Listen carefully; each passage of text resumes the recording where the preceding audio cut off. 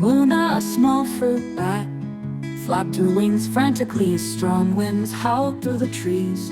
Rain poured heavily, and she struggled to stay in the air.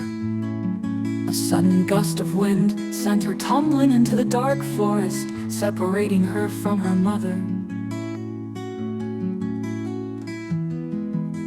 Exhausted, she lost. 3 little birds chirped in surprise, tilting their heads as they stared at their unexpected visitor. Luna blinked at them, confused but relieved to have found shelter. The birds chirped excitedly, and Luna tried to chirp back, but her voice sounded funny. The birds chirped excitedly, and Luna tried to chirp back, but her voice sounded funny. The birds giggled, finding her